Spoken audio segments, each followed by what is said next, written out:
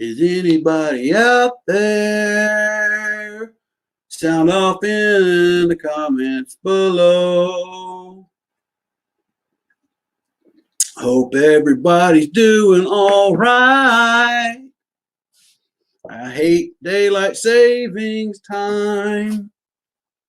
This time change is driving me up the bloody wall. What's going on, Keith? Good to see you tonight, my friend. We done sprung forward around this part of the world, and it stinks. Lost that hour of sleep, and I don't like it. What are you gonna do there, right? What are you gonna do? They say. I don't think my sleep schedule is quite right. It's been haywire anyway for a while, and these bloody time changes don't help. Walter, good evening, sir. Good to have you with us tonight. Let's see who else pops up here in a few minutes before we read our first poem of the evening. Like I said, hope everybody's doing all right, considering the time change and all. Me personally, can't stand it. It's driving me crazy.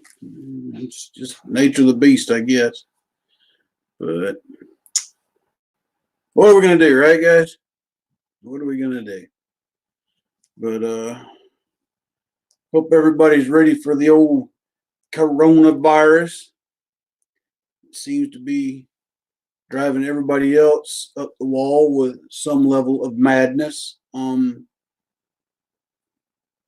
I can honestly say I'm about sick of hearing it in the news. I don't know about y'all, but this whole coronavirus thing is just, I don't know, getting to be a bit much. You know what I mean, guys? But hopefully people will come to their senses here before long and read what the actual World Health Organization's posting and what the actual CDC is posting and things like that, instead of believing what MSNBC and Fox News and CBS and Don Quixote and all them others are saying about it. But anyway. So far, we got Walter Davis and Keith Gregory with us this evening. Like I said again, gentlemen, welcome. Glad to have you here as always. I truly appreciate y'all showing up tonight and all the other nights before. And like I said, we're going to get started here just shortly. Just kind of want to wait and see who else might pop up before we start our first reading of the night.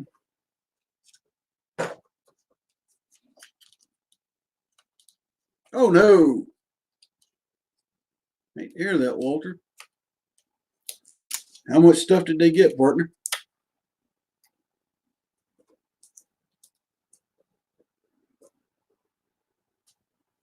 Luke Dog, what's going on, my brother?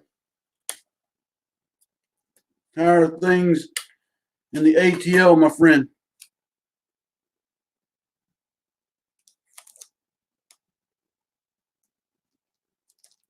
Yeah. Like I said, folks, I'm just sick of this coronavirus mess in the news and, all the other stuff. A buddy of mine's wife, she's kind of panicking. One of her girlfriends told her they need to get these $75 masks before they get sold out. And my buddy was kind of the opinion, I'm the opinion. What good's a mask going to do you if somebody coughs all over you? And it's just a crazy panic thing's what it is. But anyway, I digress. I'm not the World Health Organization. I'm not the CDC. I'm just little old me. But anyway, we get messing around with stuff I don't need to be playing with right now. But anyway, guys, glad to have y'all here with us this evening. What do we want to read first tonight? We got Wounds That Time Cannot Heal and Stand With Me. Yeah, right, Walter. Kyle, what's going on, brother? Good to have you with us this evening. Good to have you with us. Well, let's start off with Stand With Me.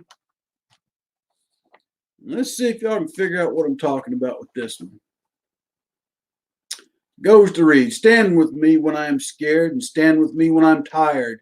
Stand with me when I cry. Stand with me when I seem lost. Stand with me when I lose hope. Stand with me when all is lost, and stand with me when I am young. Stand with me when I'm old, and stand with me when life draws near. Stand with me when I can't stand on my own. Stand with me when others kneel. Stand with me when danger is near. Stand with me each day I wave. Stand with me as a nation should. Stand with me when I am tattered. And stand with me when I lose my way. And stand with me that I shall never falter.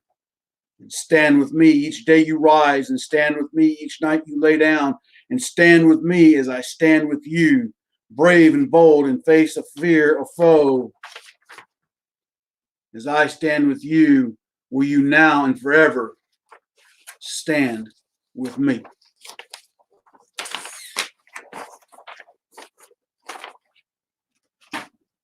Stand with me, brothers. Stand with me. Unlike one infamous has-been quarterback. Yeah, I wrote that when he started all his crap. But anyway. Well, last Monday we were talking about firearms for a good bit. And I told you I was thinking about the TISA 45. Well, problem one is, doesn't seem like anybody's got any in stock right now. The other is that Auto Ordnance seems to have dropped their price on theirs, and to just with about $100 of the TISAs. I had an Auto Ordnance years ago, and they make a standard old GI model. So I may go that route instead of the TISAs. What do y'all think? Give me your thoughts and opinions on the Auto Ordnance, if you know anything about them. But I just like that classic GI 45. And I know it's a rehash last week, but never hurts to talk about a favorite gun, does it, guys? Tell me what you think. Tell me what you know. But anyway, like I said, that's thoughts that I'm thinking about now for firearms for pistol that I want to get my next purchase. Still want to get the revolver. I still want to get another revolver for certain things. Why? Just because. So I'm still trying to look at which one I want to get there. So that's true, Kyle. That's true. Like I said, Auto Ordnance makes one that just is just the a spitting image of the old GI model ones. To include, it's even got the lanyard. At the back of the magazine. Well, the old 45s had a lanyard. Lord, I can't even talk tonight. The ring to clip a lanyard onto. So that's probably the way I may go. I thought about doing that too, Kyle. Just for grins and giggles. My only fear of that is not getting something done right and setting off all 6 cylinders at one time.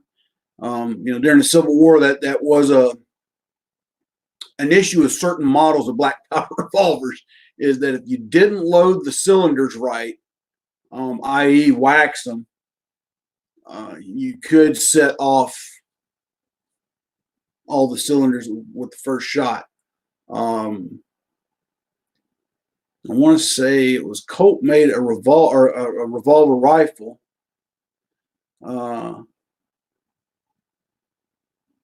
That was notorious for when the cylinders go off, it would take fingers off of the person holding it. Yeah, quite literally, Kyle. You ought to get one, Luke. Just try it out just at least once in your lifetime, brother.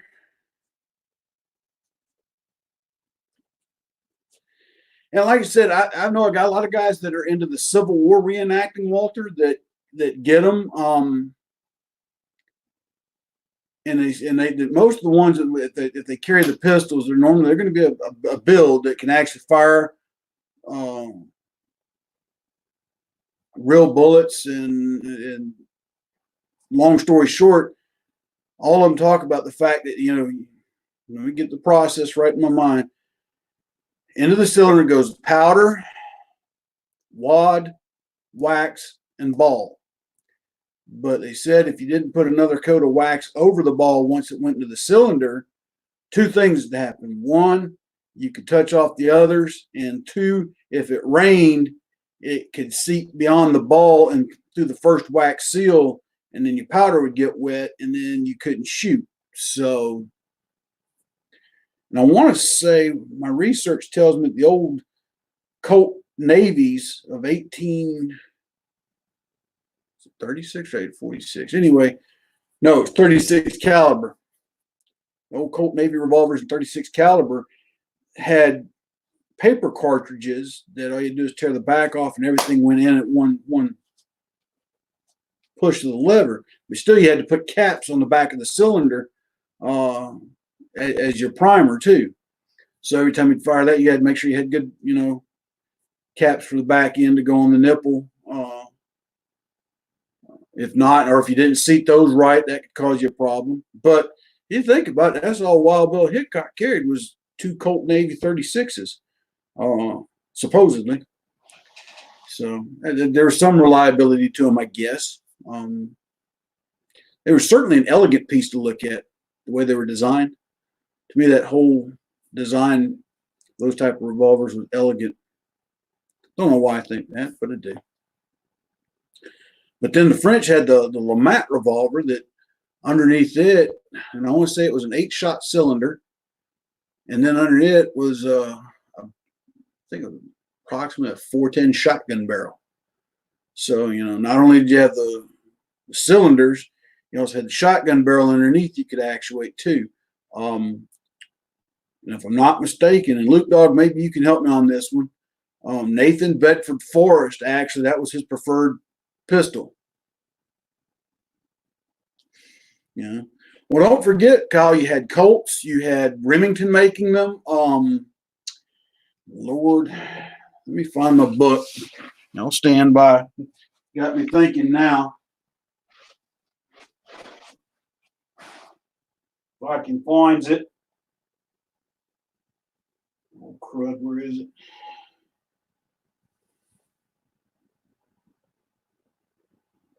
I've got a book on old Civil War weapons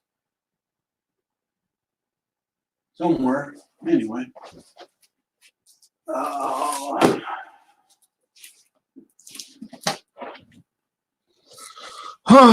Let's see if we can find it in the Historical Times, the Encyclopedia of the Civil War. It might be of help. I'm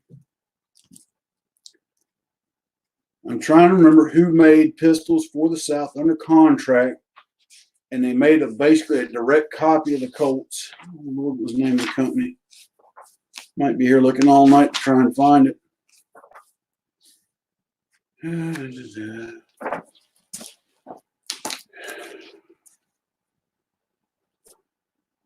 Springfield made a lot of rifles. You had Enfield made a lot of rifles for them. Colt, Remington. What was the other pistol company?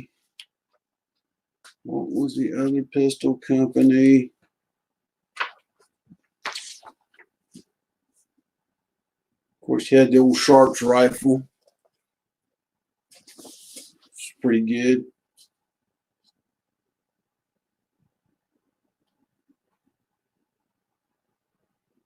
Okay, Walter, cool. Let's see what we got in here. Find it. Bear with, folks. Bear with. We're already down the rabbit hole, so why not, right, guys? Da-da-da-da, da-da-da-da.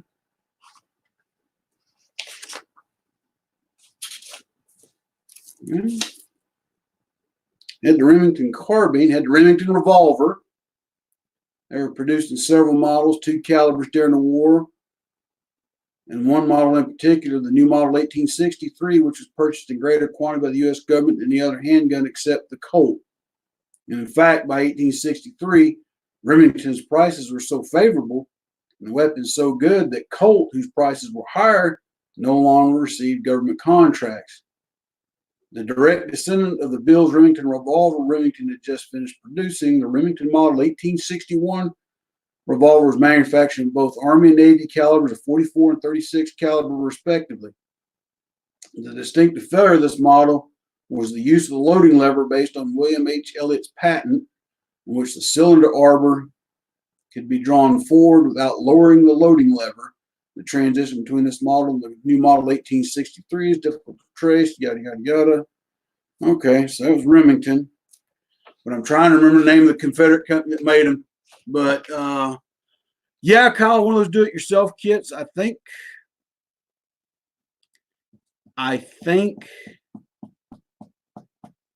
Cabela's still sells them. And if not, you can order them online too. I want to say Natchez Shooting Supply carries them where you can order them. And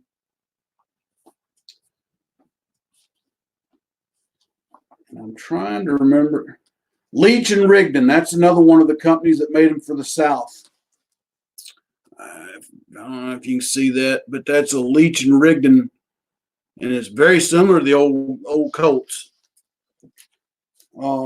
Thomas Leach of Memphis, Tennessee, was employed before the war as a gun dealer and a cotton broker. And following the outbreak of hostility, he founded the Memphis Novelty Works for the manufacture of all types of military cutlery and arms. He gained experience with revolvers by working with William Abel Schalk, who produced a small quantity of brass-framed imitation Colts using Rigdon's equipment. So there you have it. That was one of them. So, fun stuff to talk about sometimes.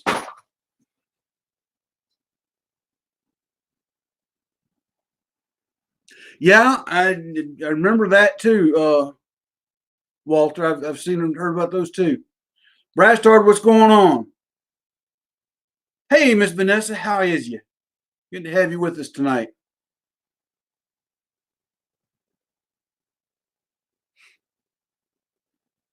Richmond rifle, yeah, Luke, you're right. Yeah, Brastard, for myself and Kyle, we've never shot. I'm just going over things that people who have shot him have told me. I just know the old rifle, the old Colt revolver rifle, there's known instances people shot their fingers off because the cylinders all went off at one time. And any number of things could cause those catastrophic failures. But we were just discussing how you could overcome that. And then we got into down a rabbit hole of different manufacturers during the Civil War. All right, Walter.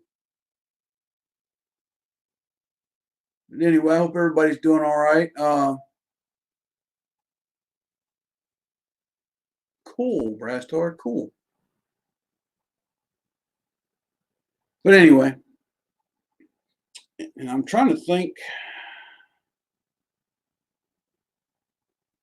when did Enfield actually get into making pistols? Because they made, during World War I, World War II, they made several pistols. I want to say prior to that, they made a pistol in 45 caliber for the British Army. I want to say, and I could be wrong about this one, but wasn't it a French inventor that came up with the first cartridge pistol? And it was what they called it, pinfire. Correct me. And like I said, I'm not 100% sure on that one. But the leaps in technology from our Civil War and other conflicts that had been going on in Europe, showed the need for a cartridge-fired pistol and rifle. You take after the war, a lot of your Springfield muskets were converted to a breech-firing rifle, much like carbines. And then by, I think it was 1873, they started purposely building breech loading rifles for the infantry. And they had settled on the carbine that they were using at the time. But, the first use of metallic cartridges in America, in an American war was pretty much during the Civil War, with the Spencer rifle, the Henry. There was actually one or two more that actually used cartridges that were repeaters. The Spencer rifle in and of itself was an interesting, that it took a tubular magazine from the back. Okay, Kyle, cool.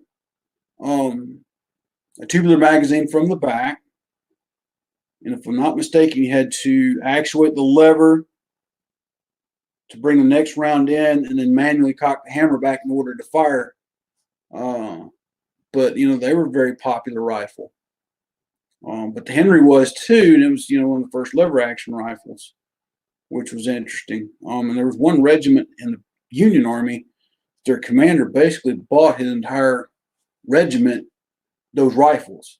I'd have to go back in my book and look and see which battle it was, but there was a battle where Confederates came across that regiment, and it was like, they thought they were up against a division because of the amount of fire. Whoo! Gonna make my head explode, brass hard. The only ones I'm familiar with are rim fire, center fire, and pin fire. Well, I take that back. I think I've heard of a cup fire. I'd have to go back and read up on it again. Okay, Luke Dog. But there was one Confederate general that was known for carrying the Lamat. That was his preferred choice. Maybe it wasn't Bedford Forest. Let me see if I can find it here right quick. Because the Lamat's an interesting revolver in and of itself, too. Let's see if I can find something on that right quick. Y'all bear with. Lamat revolvers. Here we go. Dr. Jean Lamat of New Orleans acquired a U.S. patent on his formidable 40 caliber 9-shot revolver in 1856. 9 shots, my goodness. The first of several patented designs carried an 18-gauge shotgun load under its 40 caliber barrel. By flicking a thumb over a stud on the hammer, one could switch from firing pistol rounds to letting off a grape shot load. Holy cow. Lamat built the revolver for cavalry and navy use in close personal combat. Manufactured in France under license by C. Girard and Company for Southern buyers, they were given to prestigious Confederates as promotional gifts. Cavalryman Major General Jeb Stuart and General P.G.T. Beauregard, the later rumored to be a partner in their manufacture, both carried Lamats. Okay. And the pistol came in two models of two types each. The first model having a half octagon barrel, and the second having a full octagon barrel. One type could be adapted to take a full-length extension on the shotgun barrel. Most manufactured models were inferior to custom-made prototypes, and Confederate arms buyers in Europe condemned entire lots before delivery. The Lamat was more often spoken of than seen. Okay. But can you imagine an 18-gauge shotgun underneath a 9-shot pistol? Oh, my cow.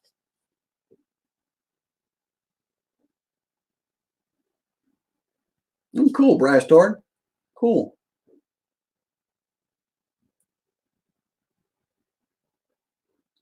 Not nice, Vanessa. Not I had an uncle that used to try to play that trick. Of course, the older he got, it wasn't always quite gaseous, if you catch my meaning. Old Braxton Bragg, there's a cantankerous general of the Civil War for you. No worries, Kyle. You're Googling, I'm reading. Vanessa's talking about eating Boston baked beans and pulling fingers. What a night. What a night. What a night. Oh, it's good to have some fun. It's good to have some fun. I've had the doldrums since yesterday with this time change. I must have stayed in bed half the day yesterday. Just didn't feel well, but I blame it on the time change. I hate daylight savings time. I'll just leave it at that. But there you go, Kyle. Yep, we're all full of it, brother. We're all full of it. That's all right. We're here tonight. We're having a good time. We're talking about guns, Americana, freedom. Rock on. Oh. Okay, that's the thing. We called it leave the room before anybody pulled the finger. Um, my best friend was notorious for that too. Whew. And one time we were somewhere and did that, and somebody pulled his finger and he strained. But oh my goodness! Needless to say, we had to take him back home. He had more than just a blank fire. Let's put it that way. Yeah, I know, right, Brastar? Oh, I don't. And the worst one is always spring forward because you lose that hour. So, woo.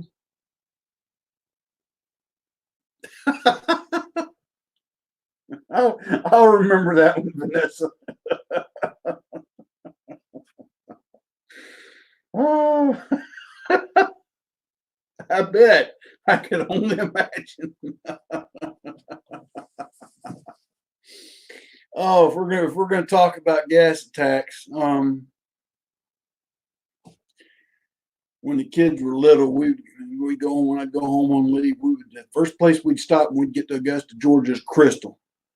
Now, Kyle, you can attest to this. Luke Dog, you can attest to this.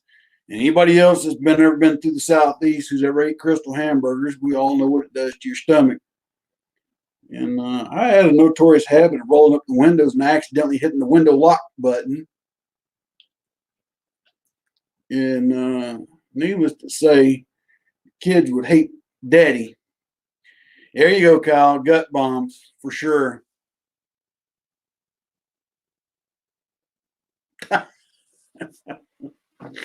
Oh, it's too funny, Vanessa. I saw that. They declared Chapter 11 bankruptcy protection. So, and a lot of the corporate restaurants were sold over or bought out by the franchisees. So there's some hope that they'll recover. Lord, I hope they recover because I can't see a world without Crystal. We lose Crystal, we're done for. Granted, where I'm at, we don't have them here. Why they never have got around to opening one here in Fort Bragg, near Fort Bragg, is beyond me. They would make back their money tenfold if they did that, I think. But anyway, but yeah, we would roll down the highway after eating, and I'd lock the windows by accident, and then eventually they would, the side effects of the gut bomb would start to kick in. And the next thing I know, hear Dad, roll down the window, Dad. And of course, I paid for it one time because my youngest, God bless her, regurgitated all over the back seat. My wife just looked at me and said, "You won't lock the windows no more, will you?"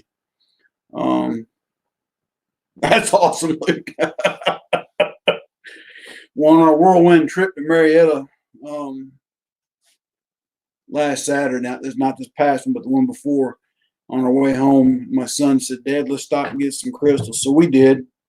We had our meal, and then when we got ready to leave, he bought a 24 steamer pack, and it took us about 3 days to kill it. Clovis, what's going on, my friend? Well, look, you remember the one that used to be up there at the end of Jefferson Avenue, right beside the Magic Market? We'd go there and eat a lot. But then again, there was the Dairy Queen behind the elementary school, too, that was always fun to go to. Oh, some DQ would be nice, too, right about now. But yeah, we're all just sitting here hanging out like a hair on a biscuit.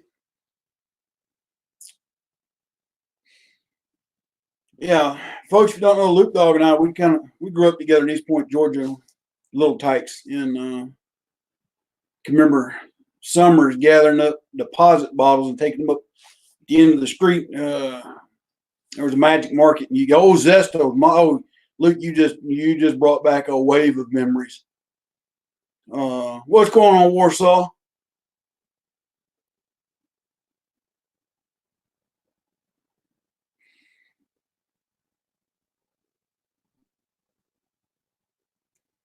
we're glad to have you with us, Clovis. But we would gather up our, as I was saying, we'd gather up all these deposit bottles that we could find, and we'd run that magic market, and we'd get a pack of bubble gum cards, maybe even have sometimes enough for a soda or something. Had a lot of fun doing that. A lot of fun.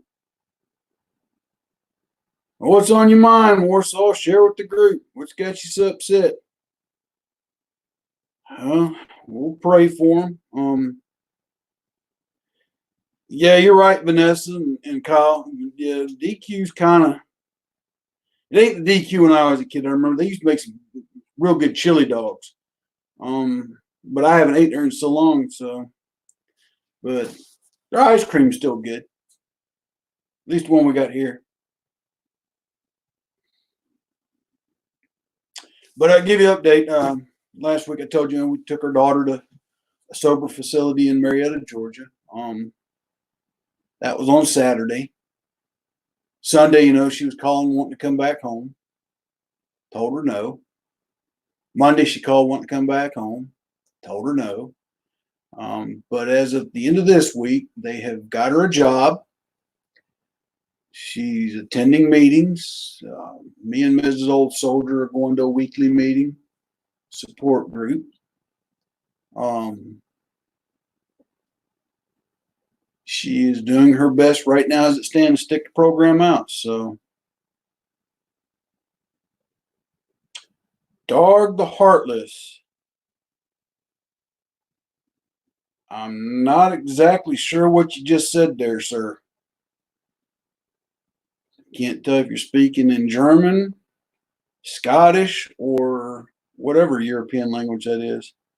Anybody else want to take a stab at it?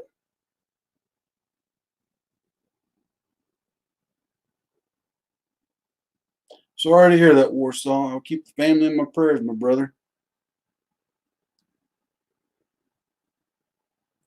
Hate to hear that. If you've got a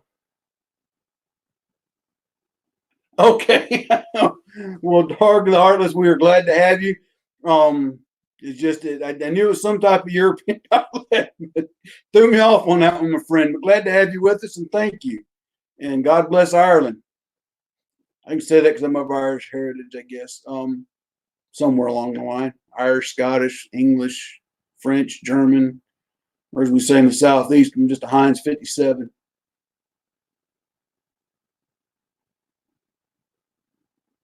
Got you, Walter. Cool.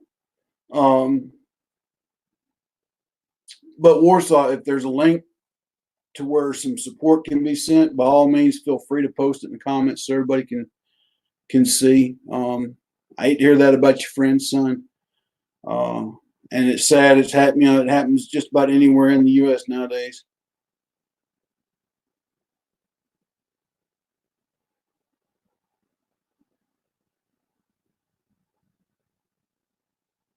Oh, that's cool, Vanessa.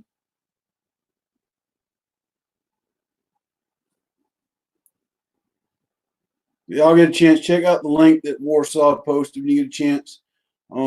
See what you can do. See if you can help at all possible. Yeah, on our trip weekend before this past, when we stopped at the varsity there in Kennesaw. And the old line there is, "What do you have? What do you have? What do you have?" Good place to eat.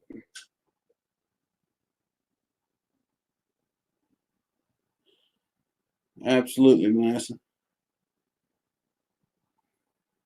All right.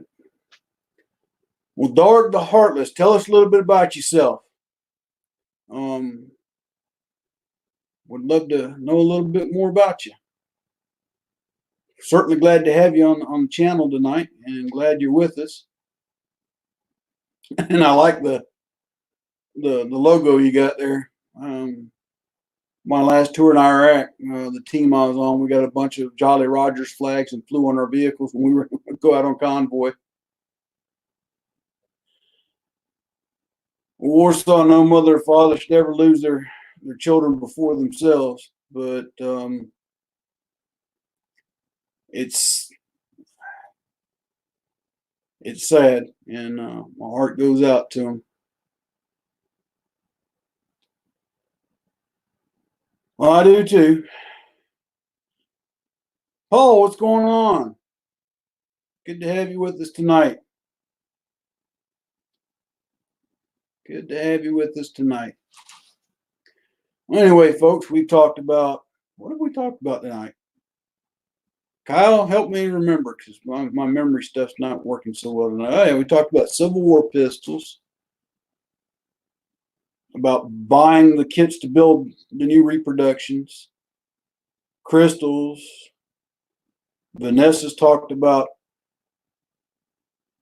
pulling fingers and farting, eating Boston baked beans, and we've had one sad that we need to remember a family. Well, Warsaw, we live in an evil world. It's just the nature of it.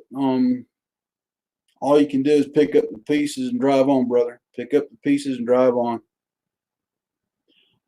Dog, I haven't been keeping up on what's going on in Libya right now, my friend, to be quite honest.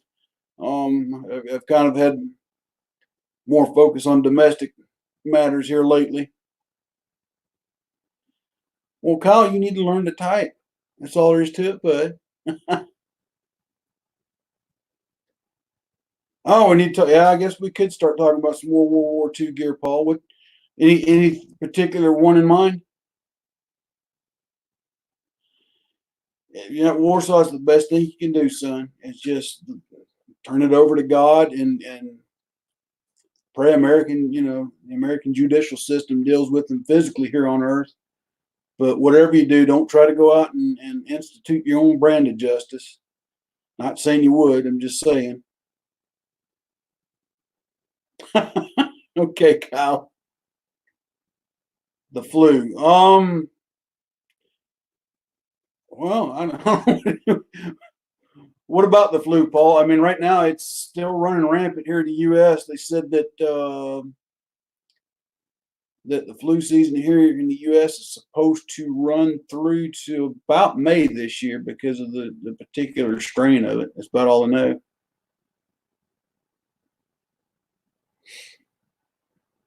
Yep, Luke Dog. Yep, that's a lot of tankers in World War II. That's what they were issued, was the old M3 great grease gun.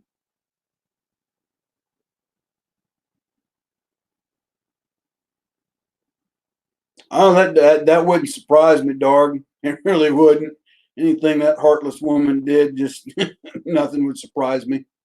She'd sell her own grandbaby to make a profit.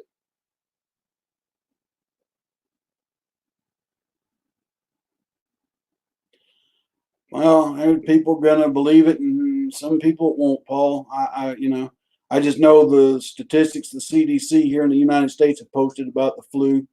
Um, I forget the number. They said there's been quite a few deaths from the flu this year here in the U.S. Um, but then again, it's always the typicals that die from it. Either the young children that haven't really built up the immunity per se with the vaccination, and the older folks that the vaccines don't quite do as well as it once did with them because they've got other conditions that deal with it. Well, that one I'm not even gonna scratch at, Paul. That the people like to say pharma, big pharma's behind a lot of it.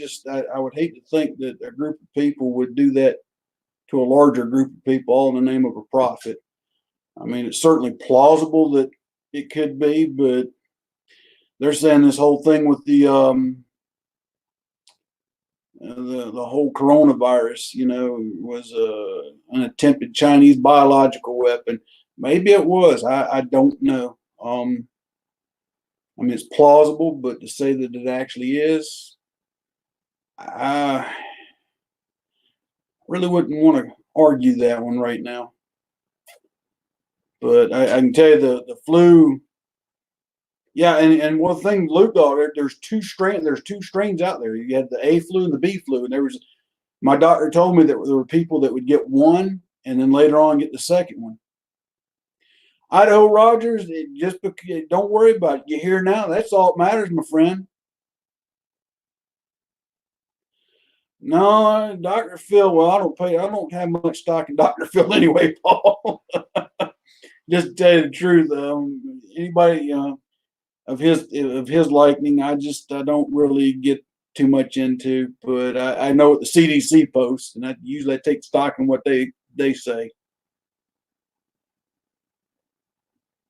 Yeah, and that's the thing with the flu that's going on right now is that they say people will get one, the A, and then they'll succumb to B later on, and whew.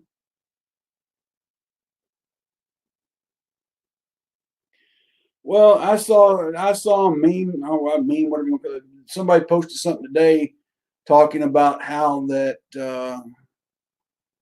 during the last 8 or 9 election cycles, there's been a major virus come up during the election. I don't know. It wouldn't surprise me that somebody's trying to spread fear and panic, i.e., mainstream media.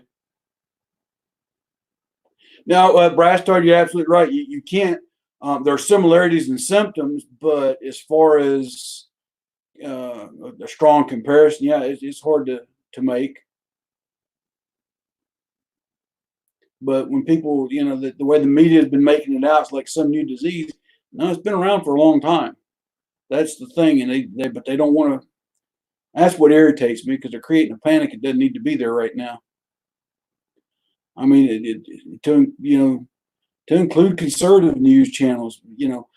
That's all I heard on Fox News was how Italy is restricting travel within the country. You can't do anything in Italy without permission from your government to move. I'm like, let's calm down here, folks. But anyway, no worries, Paul. It's good conversation. I mean, gotta there's good topics to talk about. Yeah, Warsaw, the Spanish flu did, and it really wreaked havoc.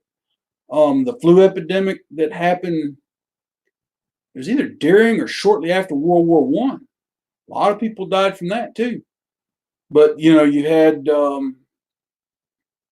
scarlet fever epidemics that used to pop up and kill a lot of people. But that there again, modern medicines and vaccines have come a long way. Now here's the problem with younger people, and I hope I'm not insulting anybody when I say this, but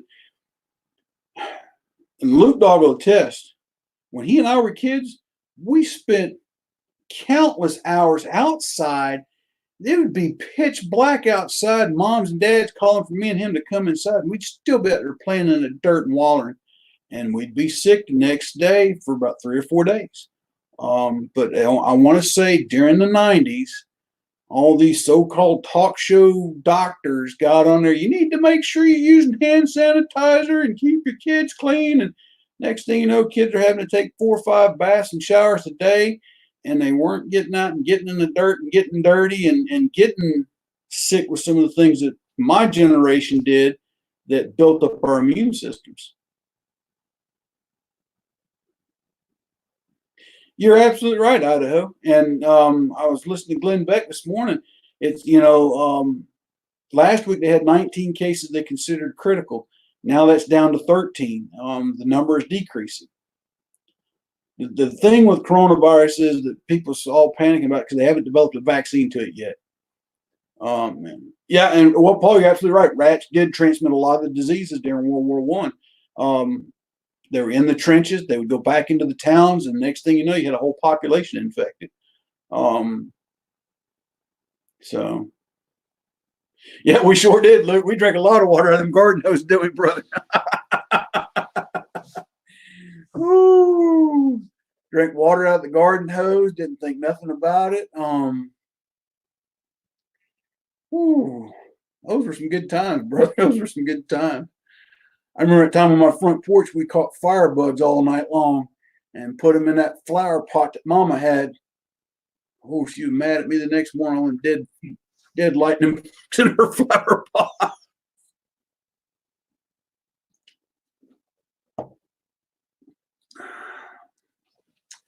But anyway, folks, whew, we've gotten off on some tangents tonight. But it's all good stuff. All right. Who's ready to hear another poem? Or y'all want me to read the first one I read already? For those that came late. Somebody tell me in the comment section. Yeah, you're right, Idaho. She has.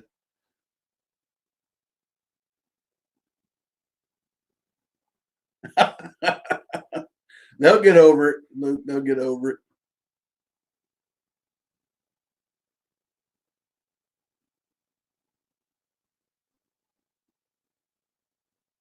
That's cool, Paul. I used to do it all the time.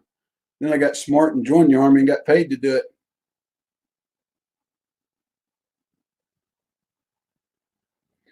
Well, Darg, what China does, they get a lot of the raw materials from other places. That's the difference, though, too. Believe it or not, there's a lot of them that are still made here in the U.S.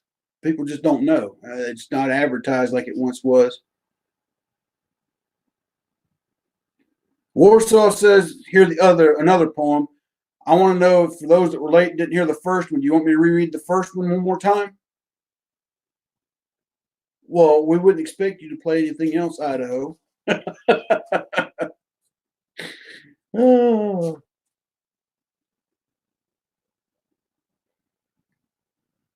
All right, here we go. We're going to read the first one, and I'm going to read the second one.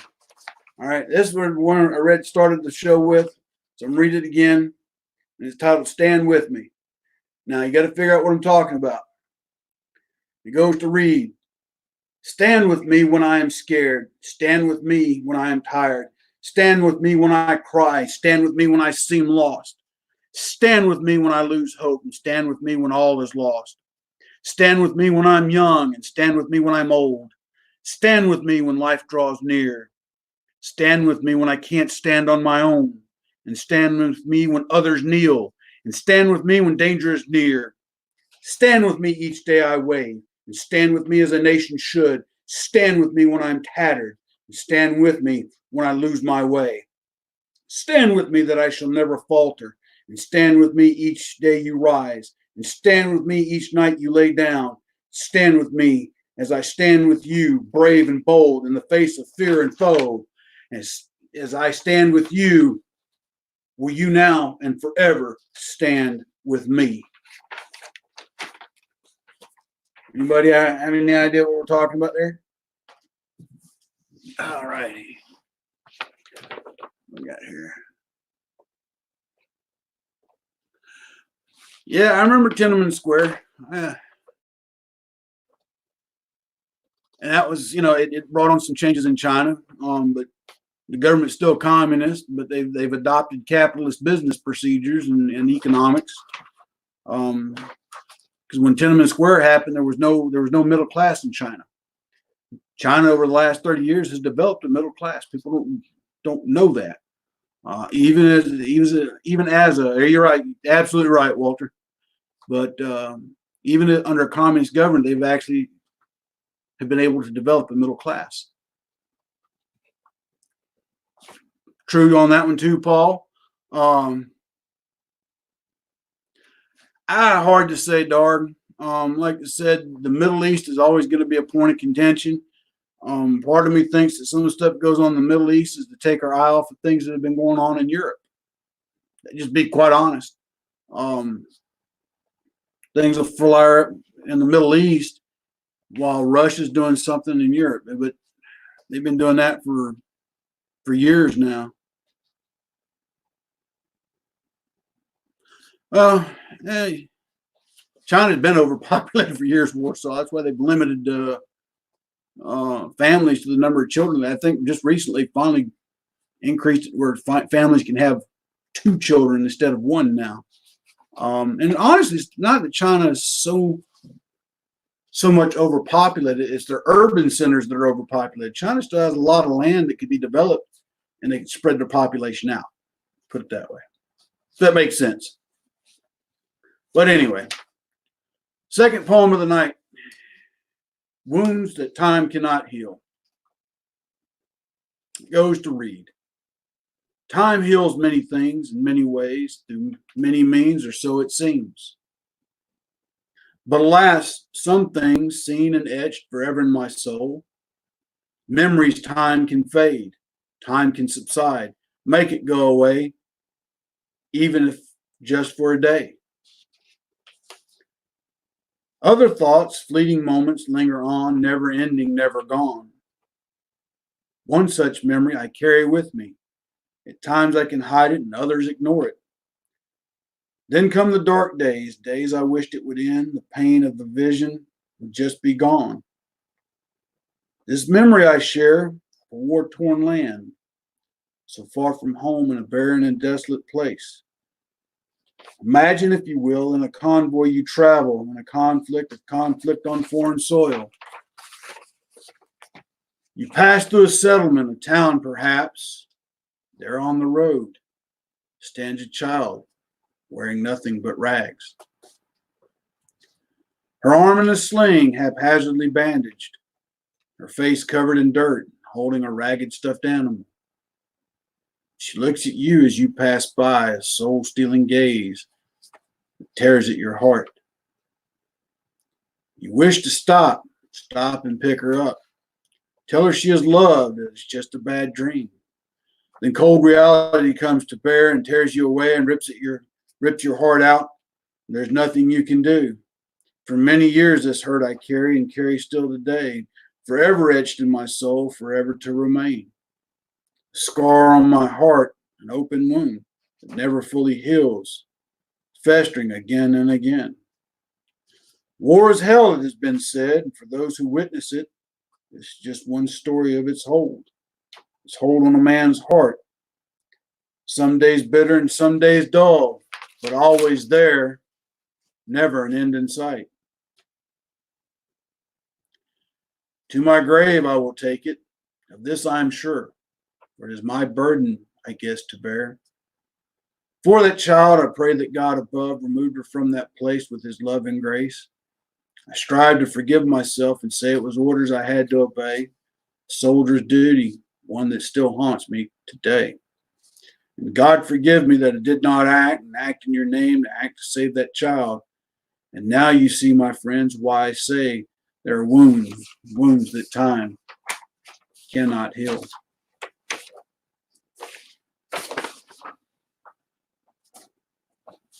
Little food for thought. I got a little bit, Paul. It's mostly reproduction stuff. The only thing I've got original from World War II is a set of my dad's jump wings.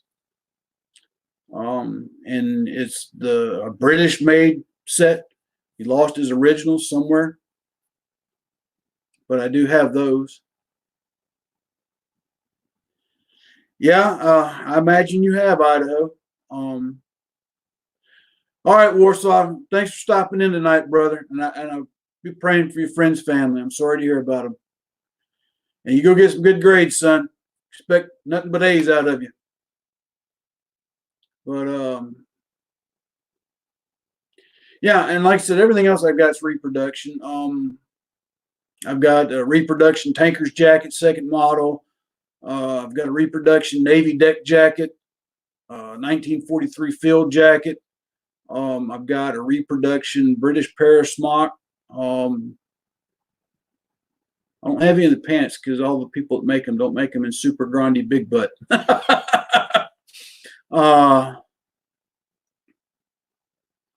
But for me, it's my dad jumped into France on D-Day, and then he jumped into Holland during Operation Market Garden. So as a child, I've always been fascinated with World War II, especially what my dad did in World War II with his unit.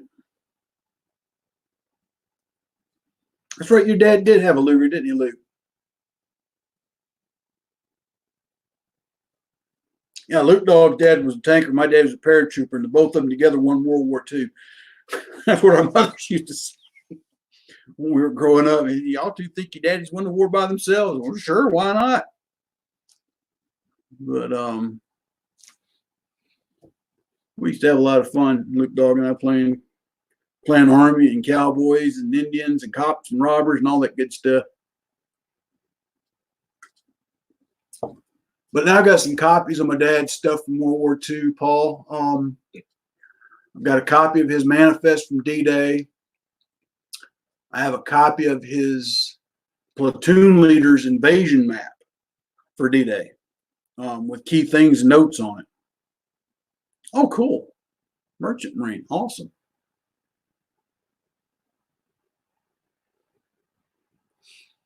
Yeah, Germans made some good gear for World War II. But I would tell you that World War II, like any other war, the technological advances, got to realize up to World War II, really even through the Korean War, as far as winter gear went, we were still in the process of using heavy wool as an insulator. With the advent of the Korean War, we started to see the introduction of some of synthetic materials, which meant lighter and easier to insulate. And by the Vietnam War, you had your organic materials, your cottons and your wools, but then you also had like your poncho liner and your field jacket liners that came out for the M1965 field jacket were, nylon and polyester synthetics.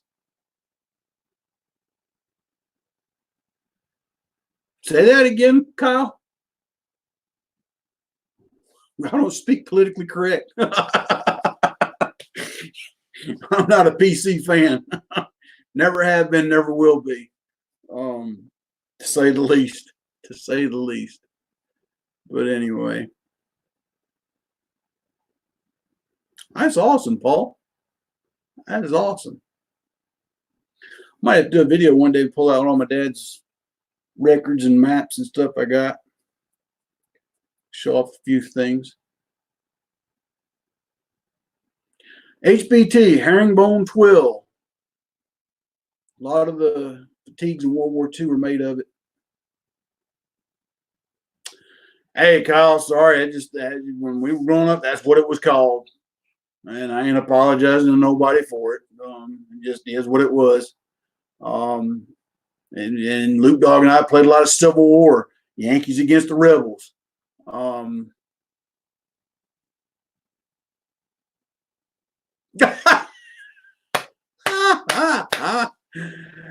I like that one, Idaho. I like that one. Well, you get into making some videos, Paul. That's one way to show everybody. If you've got a phone with a camera, or you can do it that way. Oh, I know you are, Kyle. I know you are. I'm just messing back at you.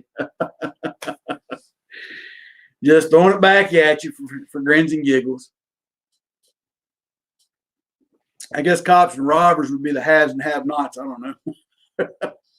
But anyway. Well, folks, we've been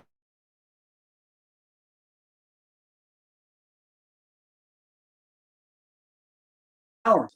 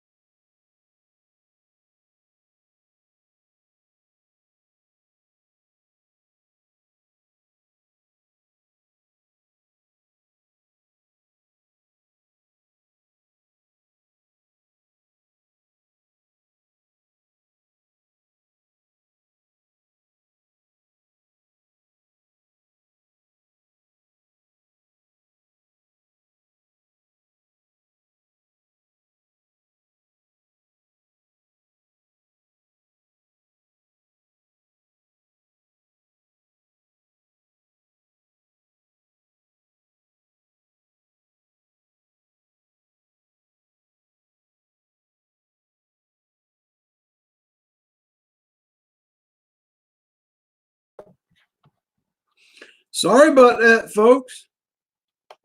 But I guess my internet, yeah. But anyway, we'll close it out before we have another malfunction. But if you haven't got my books, they're still available on Amazon. This is now $6.50. This is now $10.